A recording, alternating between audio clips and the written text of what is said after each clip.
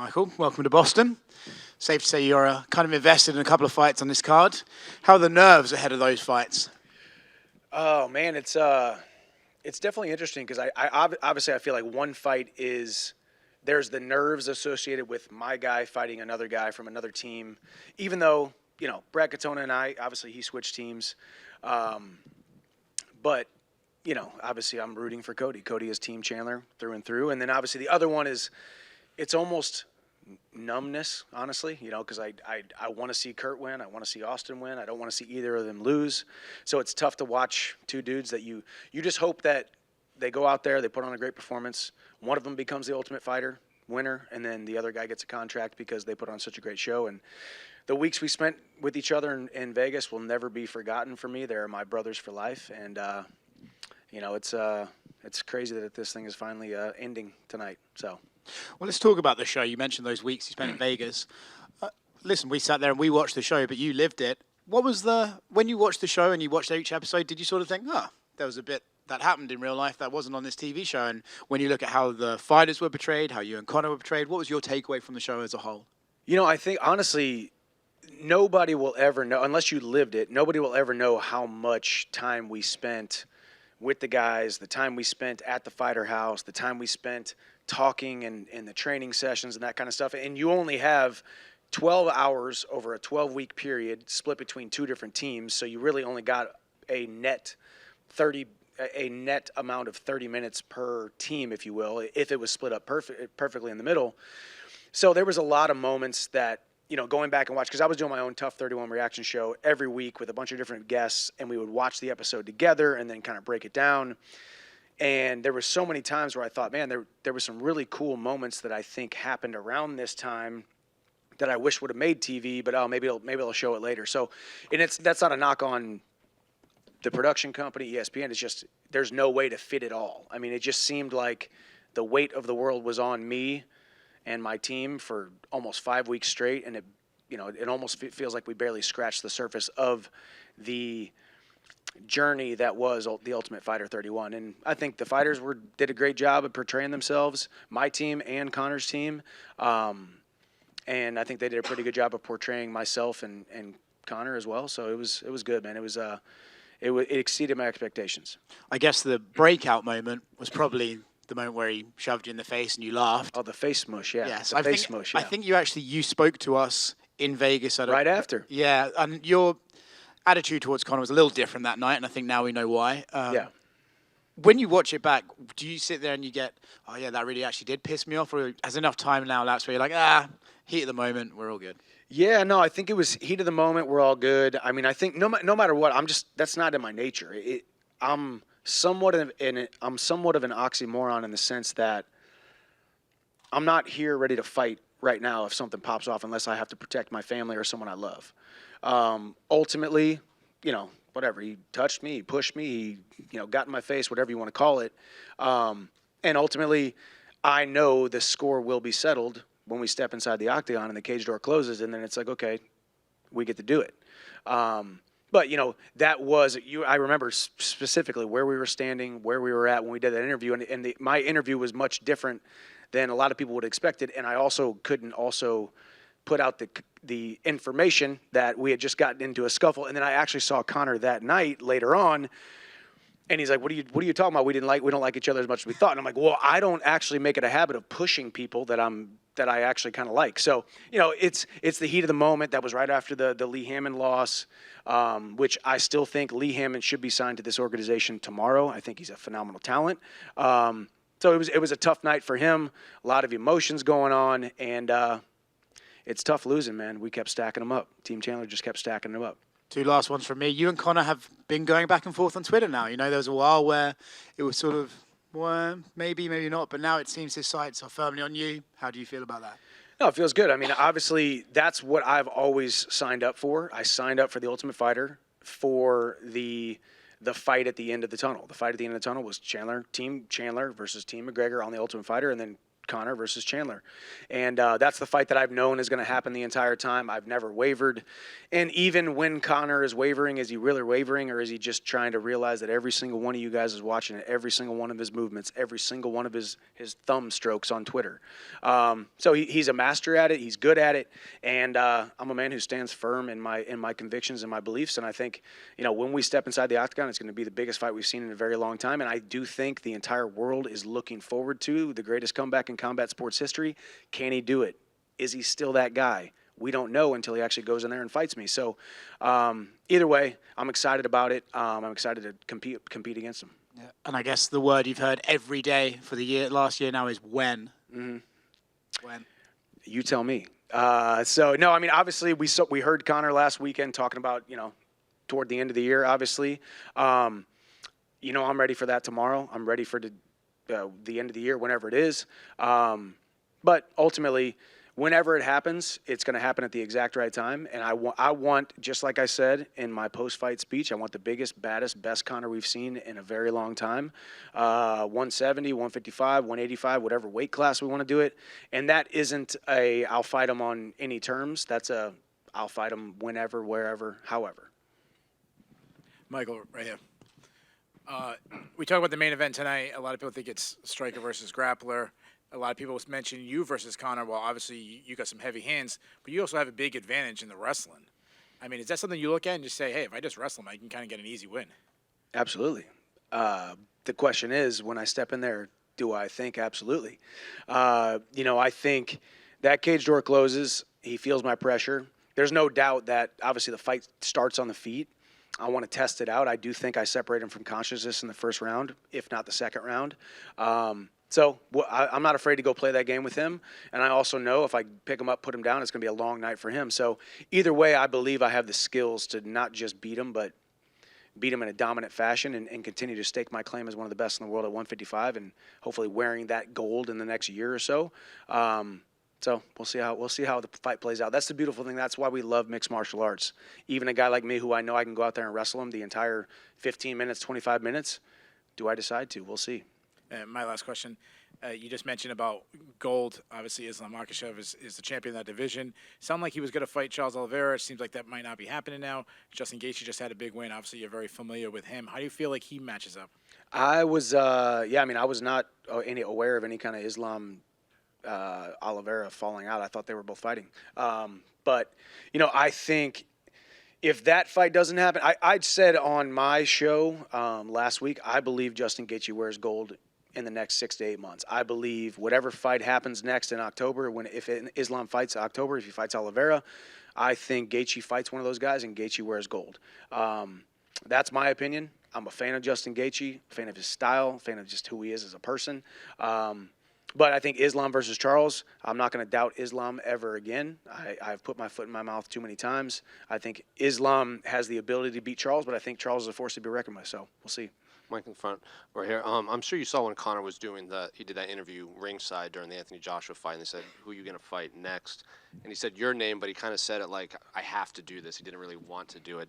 Are you getting the sense that like he's kind of begrudgingly fighting you at this point, like he's being forced into it? No, it's a good question because, that is the way he answered the question. But, I mean, Conor can create whatever narrative he wants. Like I said, we as a society in mixed martial arts, we listen to what he says, how he says it, his voice inflection, the flippant nature in which he says it, or the emphatic nature in which he says it. So we can read between the lines. But ultimately, maybe he realized, well, I decided to do this reality show against this guy that I hope I don't want to fight, or I hope I don't have to fight. And then it turns out, okay, well, now I kind of agreed that I was going to fight this guy, and now I kind of look like a sissy if I back out from fighting said guy. And I said it from the very beginning. I gave Conor kudos at the very beginning of the show. You saw when he walked in the UFC Apex, and they made us stand there for 25 minutes, awkwardly walking around each other and circling each other, like trying to get some audio clips. I said, I respect you for coming back and agreeing to fight me because I'm not an easy fight. You know I'm not an easy fight. The entire world knows I'm not an easy fight for anybody, let alone you. So I respect him for coming back and fighting me. And, I think he might have a little bit of second thoughts here and there. There's some easier fights for him to take, but we'll see what happens. Are you checking the USADA pool at all? I don't know how to check the USADA pool, but I know there are people who check the USADA pool, and it's daily. That whole situation is very interesting to me. I got a lot of different thoughts on it. Ultimately, like I said, I signed with the organization in September of 2020, and I could have fought October of 2020. So, this whole he retired, so it got to take 6 months to come back. I mean, are we splitting hairs here? What are we talking about? What's to me? As long as a man is in the USADA testing pool for months on end, and he has the ability to be tested every single day or multiple times a day for a certain period of time. It's a sport. That to me is a very interesting gray area. And ultimately, I'm out here and I can fight Conor with 1 day on the USADA testing pool or a year in the USADA testing pool. It's not going to make a difference. And last one for me: have you given the UFC any at all like let's get this moving at some point? Like, I have to move on, like, because you're a prize fighter and I'm sure you want to compete.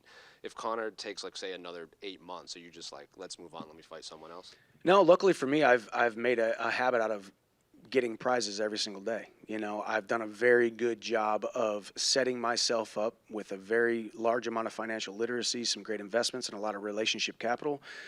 I'm not a guy who needs to fight tomorrow because I need to go pay my bills or buy a Maserati to flex. I'm a guy who has built wealth over the last decade and a half through smart financial decisions and having great people around me. So I'm in a good position.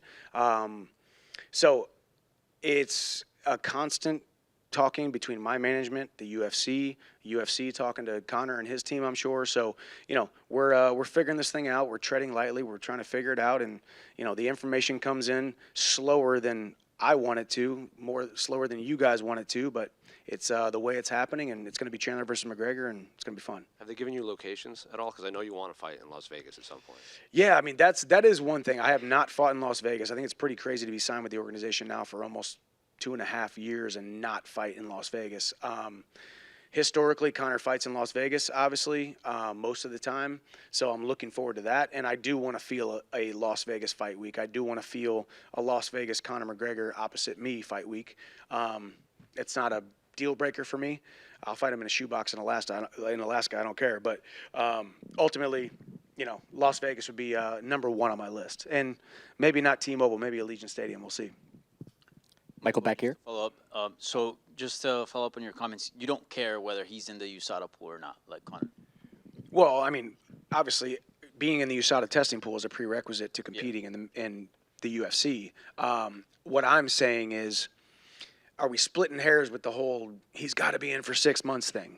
Ask how long was Bo Nickel's opponent in the USADA testing pool? He signed on 6 days' notice, right? This is what we do all the time. It's an interesting thing because of the character, the platform that Conor holds, who he is. We want to just dissect and make a huge deal out of this certain time frame type of thing. That's all I'm saying. I mean, ultimately, there's guys being signed all the time and they're competing. But being in the USADA testing pool is a prerequisite to competing with us, and he will be before a fight is announced. So look for that, and then look for a fight announcement right away. I know you're not in a hurry to fight, as you mentioned. But I'd fight him tomorrow. I'm ready to fight tomorrow, but I'm also not hurting. Right. But do you have a deadline? Like, if things prolong to a certain date, like, is it time to turn the page or at least forget about it for the meantime? It's a good question, and it's a fair question. It's a tough question to answer because I think every single day everything changes with time and circumstance, where we are, where we'll be tonight after the fights, where we'll be next week after the next fights, where we'll be after the title fight in October. Things change all the time. So I haven't really thought about a deadline. I've got a loose deadline in my head that I'm not going to share with you tonight. But we'll flirt with that whenever we figure it out. And just regarding the Ultimate Fighter, for a big part of your career, you were sort of outside looking in the UFC. You've headlined big events, pay-per-views, you fought for the belt, and all the Ultimate Fighter. So just curious, outside of Las Vegas, fighting in Las Vegas, as you mentioned, is there any other bucket list that you want to hit, items in this promotion? It's a good question. I do think I have crammed a decade of UFC fight experience in the last 2.5 years, and it's been a lot of fun. Got a lot left to accomplish. I do think, obviously, fighting Conor on the biggest stage possible, finishing him in emphatic fashion. If I have to go through another guy to get to another title shot, winning the UFC gold, wearing UFC gold, that's always been the goal, becoming the number one guy in the world, who I've always thought I have been. On any given night, I think I can beat any lightweight in the entire world. So obviously UFC gold, fighting Conor, those are the two big things that I always think about. Always think about the UFC gold, and I am obviously right now focused on the task at hand, which is fighting Conor. Michael, here to you're right. Would you have liked for Conor to show up tonight? Like, it looks like he's probably not going to be here. And even if Brad hadn't switched teams, he should probably finish out the season, right? Conor does what Conor wants to do. I think I'm a different breed, not just a separate from Conor. I think I'm a different breed from every single person on this roster and a lot of people in the entire world. Whenever I show up, or whenever I sign my name on a dotted line, I show up and I do it to the best of my abilities. And that's why I was with Kurt and Austin and Cody earlier today, seeing them, giving them a hug, telling them how much I love them, telling them that I'm excited to watch them go compete tonight, because tonight was part of the job. That doesn't mean that he's doing anything wrong by not showing up. Obviously, I would love for him to be here for numerous reasons, not the least of which would be to go say hi to him, see what's up, see how life is, see how training's going. But ultimately, Conor does what Conor wants to do, and, I'm here, and if he shows up, he does. Hey, Mike, down to your right. I don't even know if this is on. I don't know either. When was the last time, you or your team have spoken to the UFC about this, and did they give any indication of, because Conor's saying, December, end of the year. Have they told you that, or is that just what he is saying? I talked to Hunter Campbell less than 48 hours ago. It's a constant moving target. I do think December isn't out of the question. By the end of the year isn't out of the question. But I don't know how likely it is. Talked to Sean Shelby last night. So it's one of those things where, man, I just have a different outlook on this sport and on the business of the sport and I don't make it about me every day. I don't wake up and say, hey, how can this world serve me? I'm here to serve the world, and answers will come to me when they come to me, and we'll figure stuff out. And that doesn't mean I'm a pushover, but that does mean I'm in a season of practicing patience. So constant contact with the UFC, my management, and they're talking to Conor's team as well. So let's say December doesn't come to fruition for whatever reason. The next most logical date would probably be UFC 300. Is that something that might appeal to you, fighting on that card in the main event? Oh yeah, I mean, I think I would run through Conor in December if we fought in December, and then still fight on UFC 300. I would love to be on that card. I think that card makes a lot of sense. To have a guy who was outside of the organization. And I always said it from the very beginning when everybody was saying, hey, who the heck is this guy? I said from outsider to insider to contender to champion. Obviously, I fell short in the championship, but I definitely went from outsider to insider to contender, and here I am. So for a guy who came from outside of the organization and was outside of the organization for 12 years and now to storm the UFC, kick down the door to the party, I think it makes a ton of sense for me to be on UFC 300. Whether it's me and Conor or if it's after me and Conor or me and whoever, I would like to be on UFC 300, so we'll see. There's been a lot of misinformation online about, the USADA stuff and whether or not Conor needs to be in the pool for 6 months or not. Has the UFC told you that? Have they said to you, yes, he does need to be in the pool for 6 months, or have they not mentioned that to you? I've never point blank asked them, hey, does it got to be 6 months, whatever, or anytime we have been, it's always a blanket statement of, hey, that's the policy, right? To me, it's probably a 100-page USADA document where there's all kinds of fine print and all kinds of stuff, right? Just like everything in life. Jurisdictions and governing bodies love to make things complicated. To me, I'm a prize fighter, I'm a father, and I'm a husband. Those are the very simple things for me in life. I show up when I need to show up, and I do what I need to do. But ultimately, yeah, I mean, obviously the UFC said, hey, that's a prerequisite. This is what we do. We are governed by USADA. Everyone in the UFC has to be in USADA. Ultimately, though, no, I have not gotten, because I'm also not that guy. I'm not going to be calling these guys every single day, hey, what is the policy? Is this true? Is it not true? Because these guys got way bigger things to figure out every single day is the amount of fires that these guys are putting out every single day. They don't need me calling and say, hey, I read this on MMA Junkie.com. Is this true? Thanks, man. What? Just Trash just website. one, It's got to be fake news. Michael, just one follow up over here, just Yeah. on my question earlier. Like when you got the dates, like let's say Connor's guys had opened in the final, the results had gone the opposite way. Would you have ever even considered not showing up tonight? You're saying if What I'm saying is he's not here. Would you was that even a possibility for you that let's say all your guys lost, you would have not shown up, or would you have always been at the final of this show to finish it out?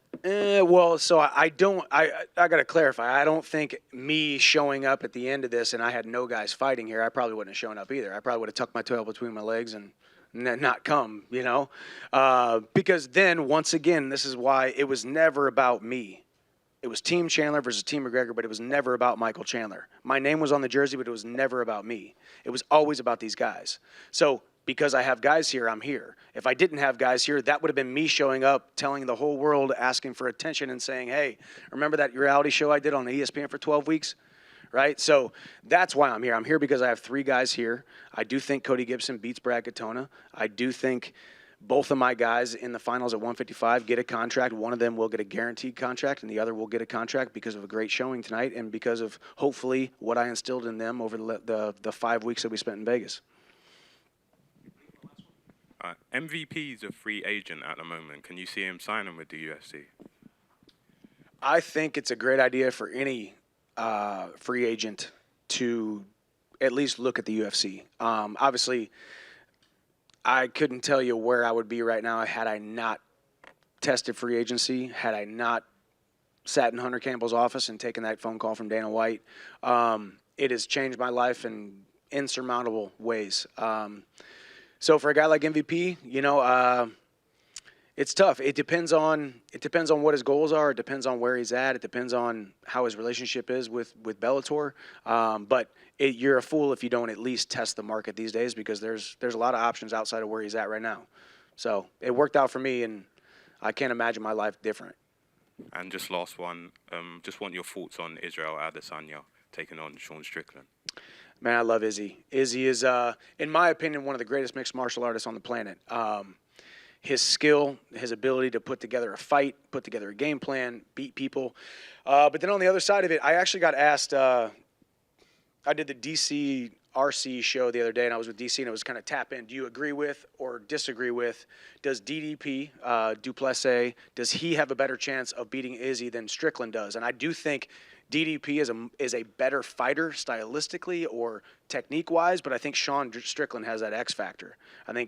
I think Izzy only gets caught in some kind of crazy thing where we all completely lose our mind because a guy like Sean Strickland, who probably doesn't have the skill set to be able to beat Izzy, just comes in, slings heavy leather with reckless abandon, and absolutely somehow shocks the entire world. So I'm excited about that fight. I think Sean Strickland he and I are a little bit different in a lot of ways. I don't think Sean Strickland and I are gonna be best buds, but I think he's a good fighter, and I think that's a very, very intriguing matchup.